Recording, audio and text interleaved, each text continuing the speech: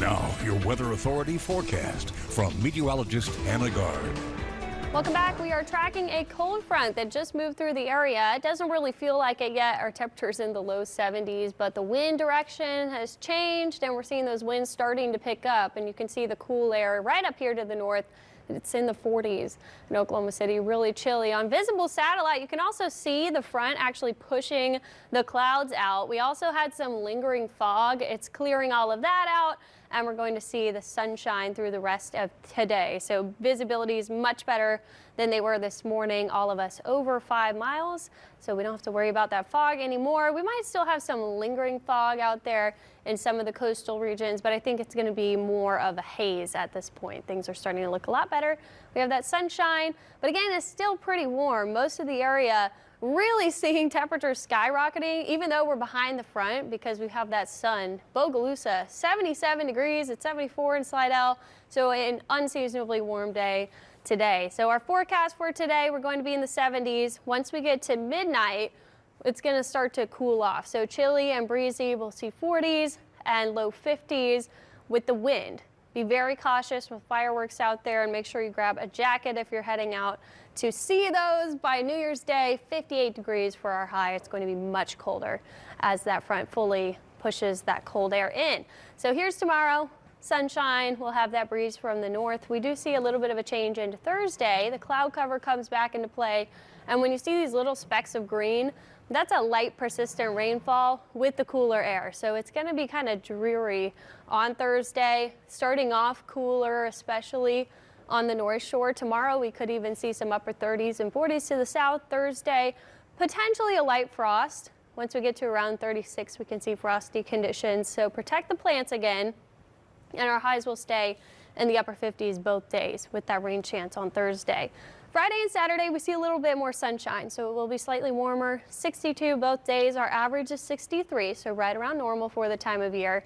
Sunday, we're tracking a weather system. It's going to be approaching, so ahead of that, we start to get return flow and we warm up to the low 70s. And then that system, after it pushes through, will cool things off substantially for Monday. So rain chances with that, 40% Sunday, 30% Monday. Right now, it looks to be timing later in the day on Sunday, even into the overnight hours on Monday morning, but it's still a ways out, so we'll time out those details soon. We'll have to nail those down along with what the threat will be, because I do think there's a chance we could see some severe weather with this system. So give you the first alert for the later half of the weekend and the start of next week. The next big thing after that is going to be a huge cool down. That weather system is going to kick off the big change where some Arctic cold is going to move south, and that will return the threat for freezing weather and potentially the coldest air that we've seen all season long. So on water vapor, you can see what's bringing us the cold front today. It's this counterclockwise spin moving now into the Great Lakes region. But up to the north, we generally have this very large counterclockwise movement to the air. That's called the polar vortex. It's holding a lot of this really cold air up here in Canada and Alaska. It's a -41. That cold air is going to start to get unlocked. So right now we have a pattern where we're going to have lows coming down across the eastern U.S.